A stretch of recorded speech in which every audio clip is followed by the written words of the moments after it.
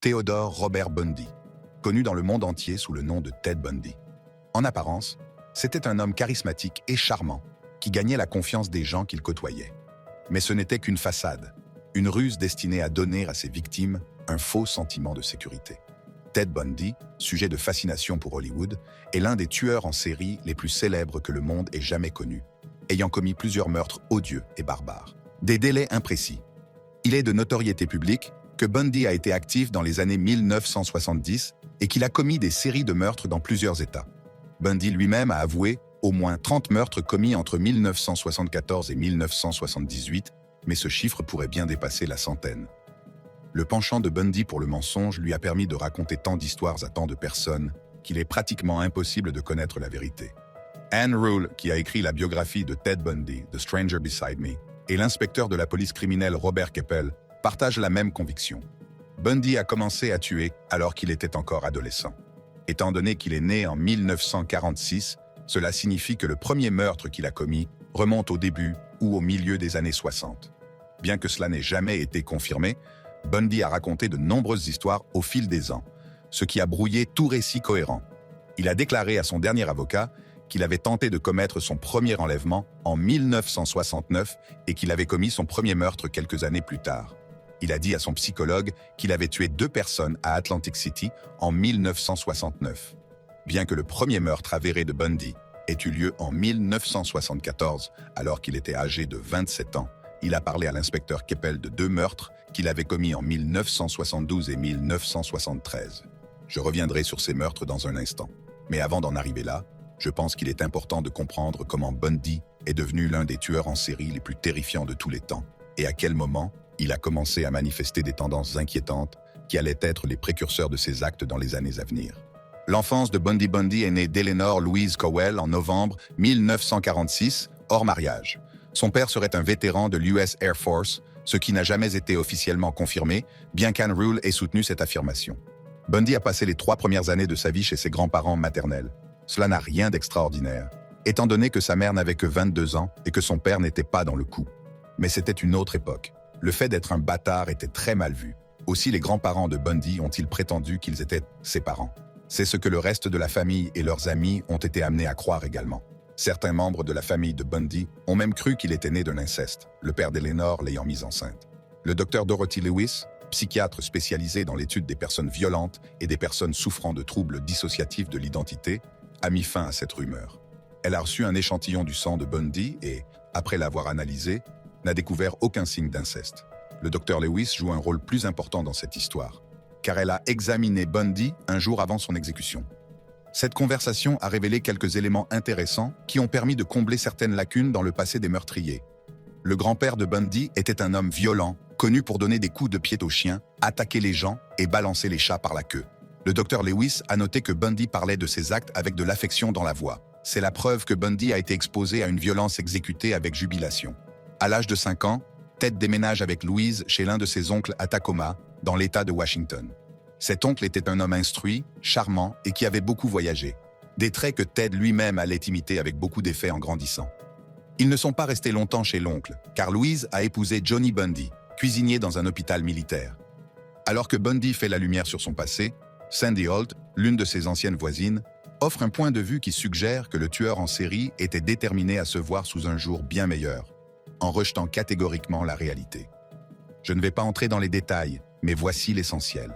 Bundy a prétendu qu'il avait toujours été populaire et l'un des garçons, mais selon Holt, cela ne pourrait pas être plus éloigné de la vérité.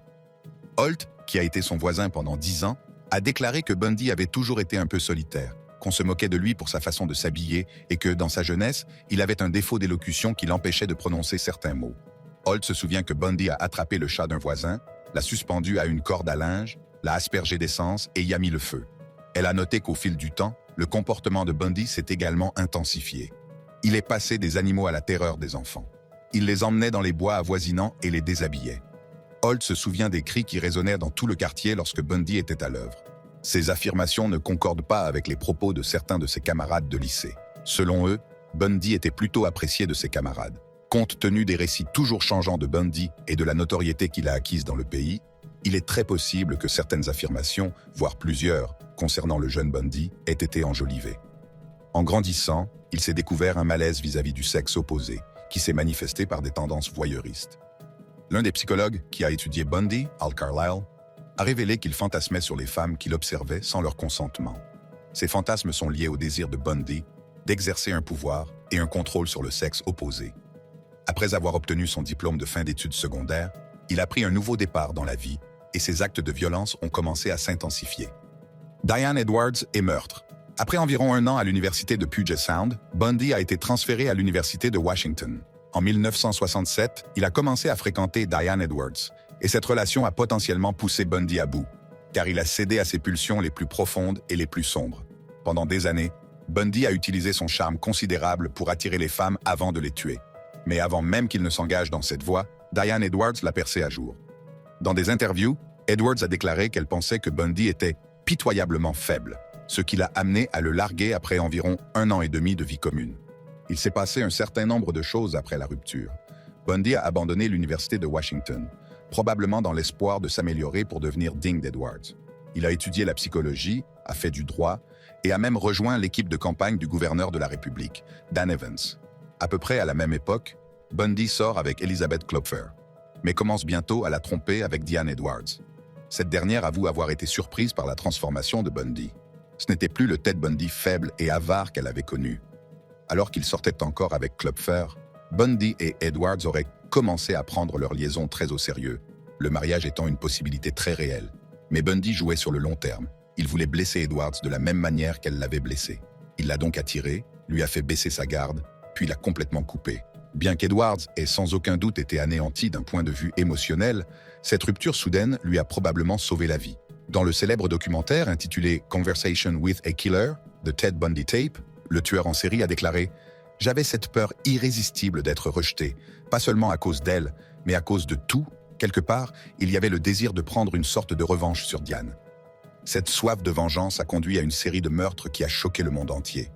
Un tueur en série sans pitié et sans remords s'est promené parmi les habitants des États-Unis. Premier meurtre confirmé.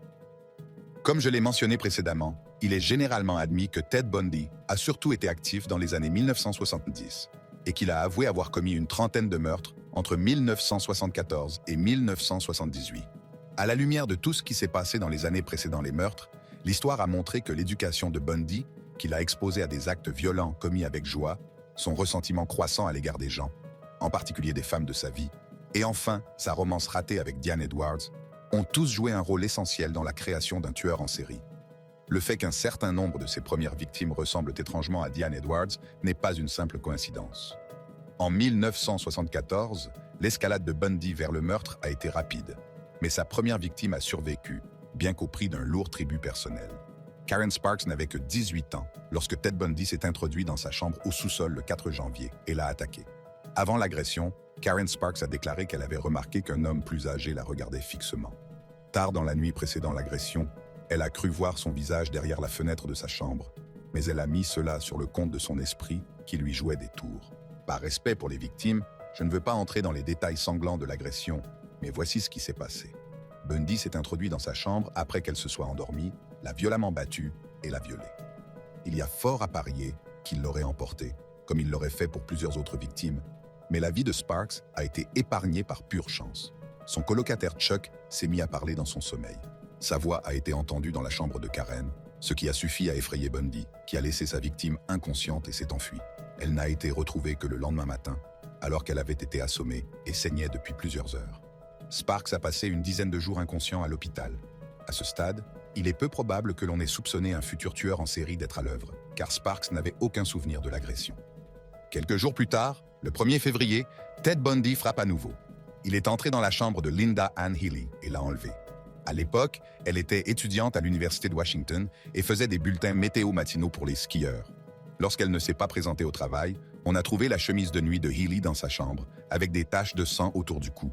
On pourrait penser que Bundy est passé à Healy après avoir échoué à capturer Karen Sparks, mais ce n'est pas vrai. La colocataire de Healy, Monica Sutherland, a révélé que près de 2 mois avant l'enlèvement, Healy avait vu un homme s'arrêter dans une camionnette devant la laverie et la fixer intensément. Il était même entré dans la laverie, sans vêtements à laver, et avait manipulé des appareils avant de repartir. 1 mois plus tard, Madame Sutherland a déclaré avoir vu un homme sur les marches menant à leur résidence. secouant férocement un chien qui aboyait avant d'être chassé par les voisins. Ces rencontres ont prouvé plusieurs choses. Premièrement, le mode opératoire de Bundy consistait à traquer ses futures victimes, vraisemblablement pour en savoir plus sur leurs habitudes et confirmer qu'elles correspondaient bien au profil qu'il s'était forgé dans sa tête. Deuxièmement, Bundy ne s'est pas concentré sur une seule femme à la fois. Si l'on considère la chronologie de l'agression de Sparks et des événements qui ont conduit à l'enlèvement de Healy, il devient évident qu'il y a eu un chevauchement entre les deux femmes. Les forces de l'ordre ont immédiatement fait le lien entre ces deux attaques, mais cela ne les a pas beaucoup aidés à appréhender l'agresseur. Healy n'a pas été retrouvé pendant 1 an et sa mort a été confirmée en 1975 lorsque sa tête, ainsi qu'un certain nombre d'autres corps, ont été retrouvés dans la forêt de Taylor Mountain. Il est difficile de dire comment Bundy a pu trouver et identifier Healy comme l'une de ses victimes, mais quelques éléments peuvent nous apporter des réponses. Premièrement, Bundy vivait à quelques pâtés de maison du domicile de Healy. Deuxièmement, Sparks et Healy vivaient à 11 rues l'une de l'autre. Il est donc possible qu'il ait découvert l'une des femmes alors qu'il traquait l'autre. Troisièmement, la cousine de Bundy, Edna Cowell, avait déjà vécu avec 2 des colocataires de Healy. Chacun de ces cas aurait donné à Bundy tout le temps nécessaire pour identifier Healy comme l'une de ses victimes. Presque immédiatement, Bundy a commencé à opérer selon un calendrier mensuel.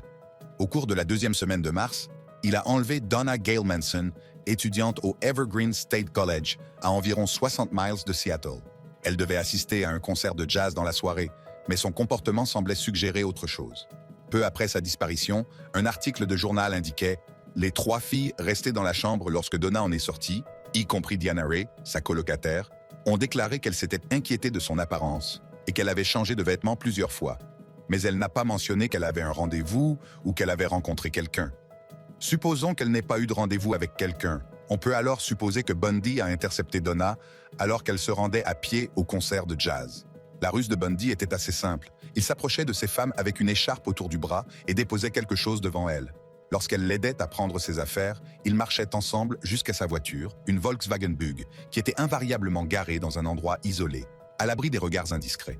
Une fois seul, Bundy les mettait hors d'état de nuire et les embarquait dans la voiture. Le corps de Donna n'a jamais été retrouvé. Mais Bundy a avoué l'avoir tuée en 1989, décrivant l'événement comme cauchemardesque. Il n'a pas donné beaucoup d'indications sur l'endroit où il avait laissé le corps, se contentant de dire qu'elle se trouvait quelque part dans les montagnes. La victime suivante de Bundy fut Susan Rancourt, qui disparut dans la soirée du 17 avril, alors qu'elle rentrait à son dortoir après une réunion au Central Washington State College à Ellensburg. La disparition de Susan Rancourt a été signalée presque immédiatement, et malgré la mobilisation de plusieurs équipes de recherche, celles-ci n'ont pas réussi à la retrouver. 2 jours après l'arrêt des recherches, Roberta Parks, étudiante à l'Université d'État de l'Oregon, a quitté son dortoir pour rejoindre des amis, mais n'est jamais arrivée à destination. En juin, Bundy a enlevé Jorgan Hawkins dans une allée bien éclairée. La police n'a jamais pu trouver quoi que ce soit sur la scène du crime, mais Bundy a avoué l'avoir frappée avec un pied de biche, l'avoir conduite à 30 km à l'est de Seattle, l'avoir étranglée, puis avoir commis des actes de nécrophilie. Malheureusement, Hawkins n'était pas la première ni la dernière victime que Bundy sodomisait après l'avoir tuée. Bundy a révélé par la suite qu'il revenait souvent sur les sites où il avait jeté les corps, continuant à commettre ses actes jusqu'à ce que les corps soient trop décomposés. Tous les témoins ont déclaré avoir vu les victimes avant leur disparition, soit en interaction, soit à proximité d'un bel homme aux cheveux bruns, généralement plâtré à un bras ou à une jambe et demandant de l'aide. Alors que le règne de terreur de Bundy se poursuivait, il a choisi de se positionner aussi près que possible de la chasse. Il a d'abord rédigé un document sur la prévention du viol, alors qu'il travaillait à la Commission consultative de prévention du crime de Seattle, et a même travaillé pour le département des services d'urgence, DES, qui s'occupait de retrouver les femmes disparues. Compte tenu du besoin de pouvoir et de contrôle de Bundy et de l'image exagérée qu'il avait de lui-même, il est probable que ces emplois lui procuraient encore plus de satisfaction. La nouvelle des disparitions dans les États de Washington et de l'Oregon ayant fait le tour des médias, Bundy a redoublé d'audace dans ses enlèvements. En juillet, il a abordé plusieurs femmes sur une plage bondée du Lake Sammamish State Park, le bras en écharpe, en déclarant qu'il avait besoin d'aide pour son voilier. La plupart des femmes ont refusé, mais il a réussi à en enlever 2. Janice Ott a cru à son histoire et est partie avec lui.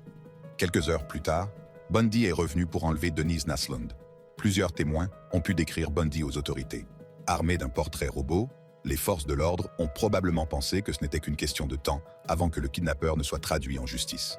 Cependant, bien qu'Elizabeth Klopfer, un employé du DES et un professeur de psychologie aient tous reconnu Bundy dans le croquis, les forces de l'ordre ne les ont pas pris au sérieux, compte tenu de la bonne réputation de Bundy dans la société et de son casier judiciaire vierge à l'époque.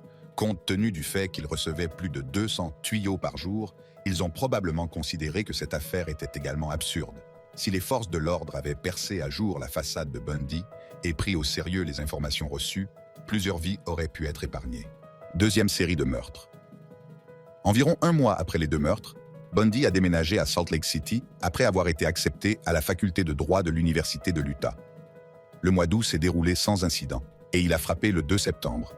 Il a agressé et étranglé une autostoppeuse dans l'Idaho avant de jeter son corps dans une rivière voisine. Elle n'a toujours pas été identifiée à ce jour. Le mois suivant, Bundy a augmenté la fréquence de ses meurtres. Alors qu'il enlevait une femme par mois pendant son séjour dans les États de Washington et de l'Oregon, il est désormais courant que 2 ou 3 femmes disparaissent chaque mois. Le 2 octobre, Bundy a enlevé Nancy Wilcox, 16 ans, dans une banlieue de Salt Lake City. 16 jours plus tard, il a enlevé Melissa Smith, la fille de 17 ans du chef de la police d'une autre banlieue. Les rapports d'autopsie suggèrent qu'elle était vivante depuis 1 semaine après sa disparition.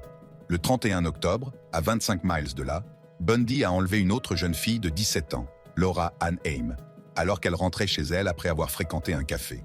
Smith et Haim avaient été sodomisés, battus et étranglés avec des bas de nylon. Plus tard, lorsque Bundy a avoué les meurtres, il a déclaré qu'il shampooinerait les cheveux des 2 femmes et maquillerait leur visage post-mortem. Au cours de la 2e semaine de novembre, Bundy n'a pas réussi à enlever Carol Daronch. Il l'a abordée dans un centre commercial en se faisant passer pour un policier. Il l'informe que quelqu'un s'est introduit dans sa voiture et l'emmène porter plainte au commissariat.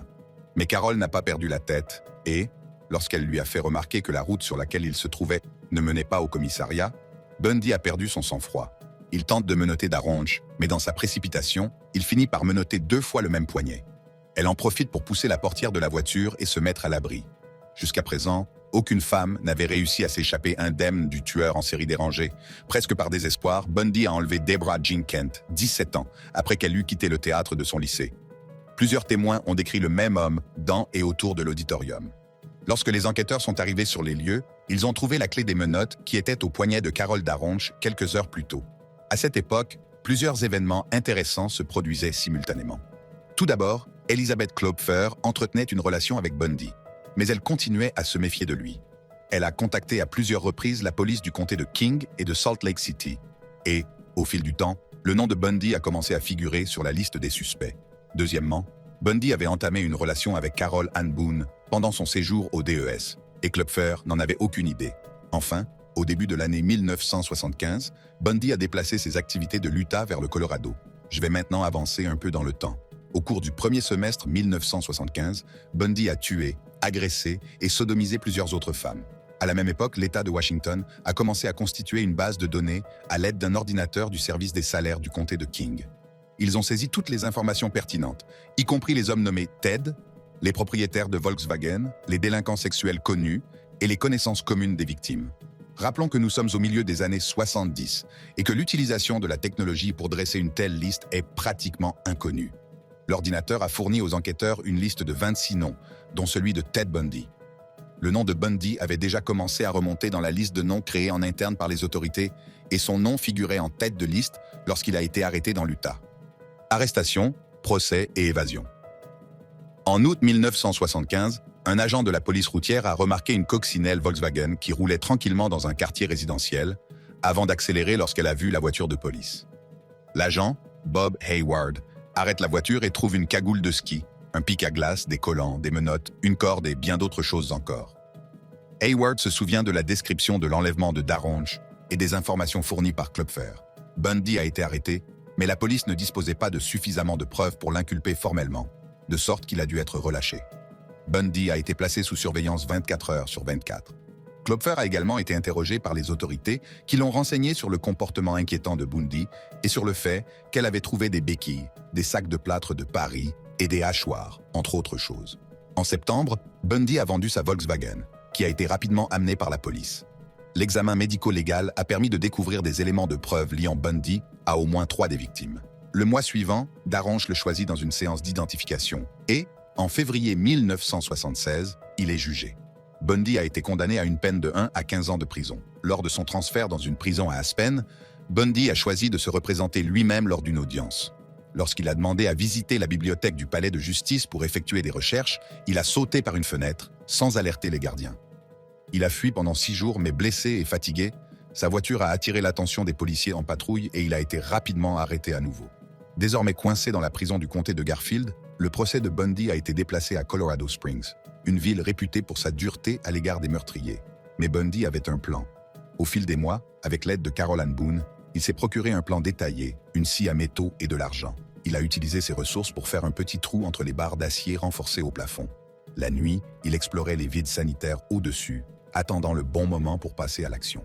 Le 30 décembre, Bundy s'est évadé en présence d'une équipe réduite. Il a utilisé des livres et d'autres matériaux pour faire croire qu'il était au lit. Lorsque les forces de l'ordre ont su qu'il était parti, 17 heures s'étaient écoulées. Bundy est parvenu jusqu'en Floride et ce qu'il y a fait l'a finalement conduit sur la chaise électrique. Floride. En janvier 1978, Bundy s'est introduit dans la fraternité Chi Omega de l'Université d'État de Floride. Au cours des 15 minutes qui ont suivi, il a commis des actes de violence et de dépravation inimaginables. Il est entré dans la chambre de Margaret Bowman et l'a assassinée. Il a ensuite traversé le couloir et est entré dans la chambre de Lisa Levy, qu'il a battue jusqu'à ce qu'elle perde connaissance. Il l'a sodomisée d'une manière que je ne répéterai pas, lui laissant de terribles marques de morsure.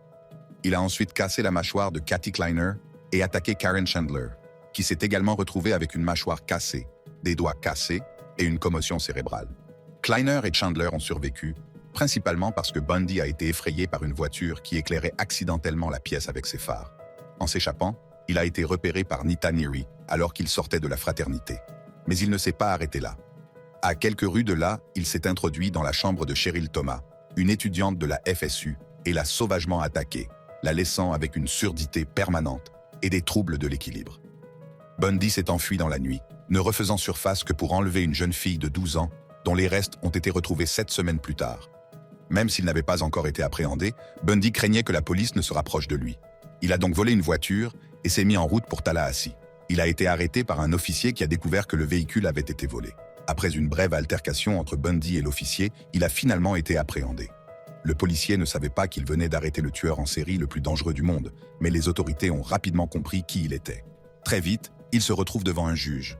Bundy aurait pu accepter un accord, mais il n'avait pas l'intention de reconnaître publiquement sa culpabilité. Lors du procès, des témoins de la sororité Chi Omega ont placé Bundy sur les lieux des agressions. Pour ne rien arranger, des moulages des dents de Bundy correspondent exactement aux marques de morsures laissées sur le corps de Lisa Levy. En quelques heures, Bundy a été condamné pour 2 meurtres, 3 tentatives de meurtre au premier degré et 2 cambriolages. Mais ce n'est pas tout. Il a également été jugé pour le meurtre de Kimberly Leach, 12 ans, et a été à nouveau reconnu coupable. Elle fut la dernière victime de Bundy, et aussi l'une des plus jeunes. En février 1980, Bundy a été condamné pour la 3e fois, cette fois à la mort par électrocution. Il sera exécuté 9 ans plus tard, le 24 janvier 1989. Bundy est peut-être parti, mais les familles de ses victimes ressentiront toujours la douleur et la souffrance causée par sa dépravation. Et voilà notre vidéo. Si vous avez été intrigué par ce que vous venez de voir, n'hésitez pas à nous donner un like. N'oubliez pas de vous abonner à The Fugitive Crime et de cliquer sur l'icône de la cloche pour rester au courant de tous nos contenus. Nous vous donnons rendez-vous dans la prochaine vidéo.